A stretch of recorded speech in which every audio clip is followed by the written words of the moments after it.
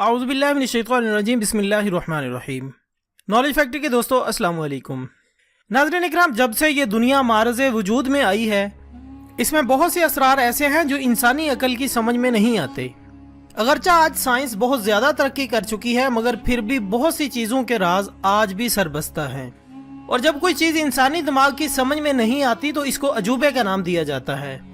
वैसे तो दुनिया में बहुत सारे अजायबात हैं, लेकिन आज हम बात करने वाले हैं अहराम मिस्र की।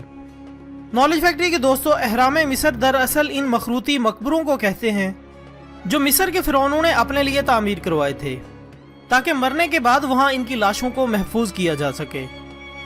इसके अलावा इन बुलंदोबाला इमारतों की कदामत, तर्ज तामीर और पुरइसरारियत ने लोगों के जहनों पर कभी ना ख़त्म होने वाले नुकूश छोड़े हैं। और सदियों से ये मकबरे मिस्र की सरजमीन पर ज़माने की सख्तियों का मुकाबला करते हुए ज़माना कदीम के इंसान की मेहनत और हुनरमंदी का मुंह बोलता सबूत है।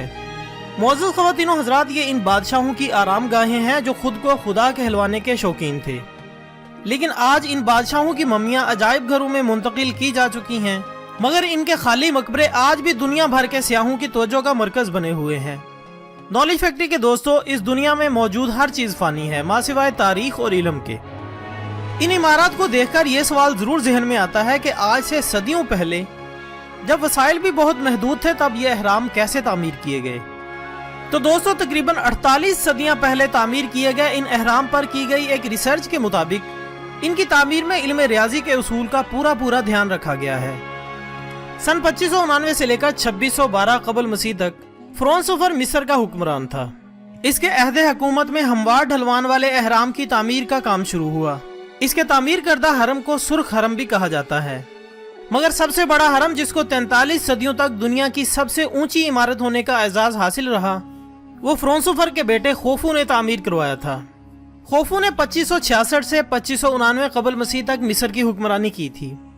इसके सबसे बड़े हरम की ऊंचाई तामीर के वक्त 481 फुट थी, जो कि बाद में ज़माने की गर्दिशों का मुकाबला करते हुए 30 फुट कम हो गई। इस हरम की बुनियाद मुरब्बा शक्ल पर रखी गई, जिसकी हर जानिब से लंबाई 751 फुट है।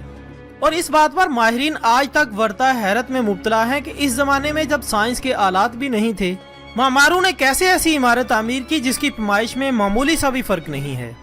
दोस्तों, मकबरे की तामीर में 20 लाख से ज्यादा पत्थर के ब्लॉक इस्तेमाल हुए हैं, जिनमें हर ब्लॉक का वजन 2 टन से ज्यादा है।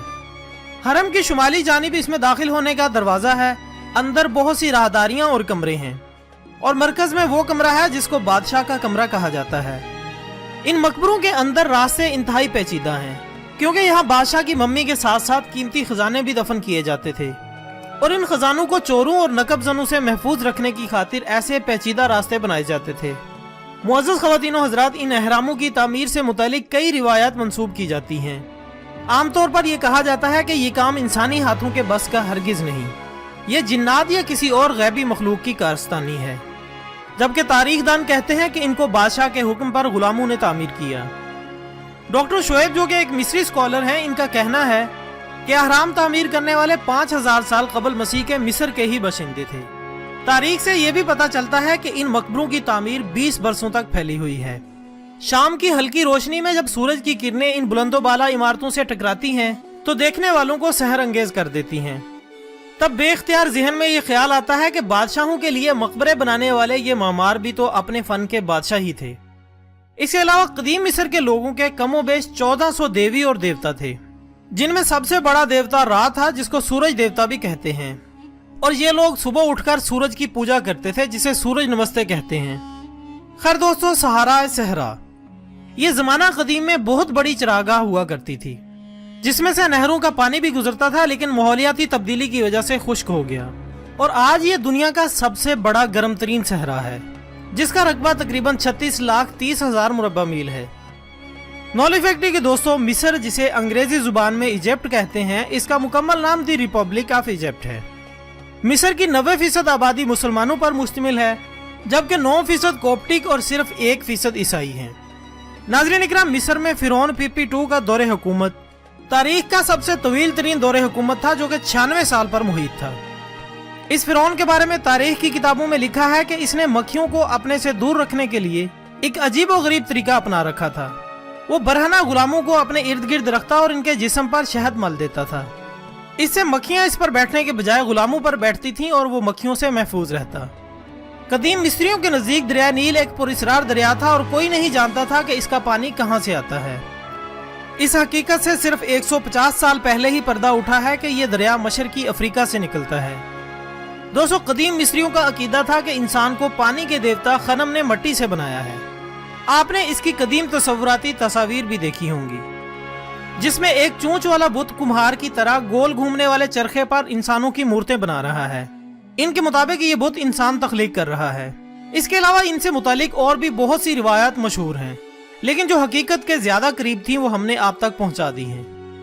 नॉलेज फैक्ट्री के दोस्तों, याद रहे कि मैं एक तालिब इल्म हूं और मैं भी गलती कर सकता हूं, इसलिए अगर इस मामले में मुझसे कोई गलती हो तो अल्लाह ताला मुझे माफ करे और मेरे इल्म में इजाफा करे।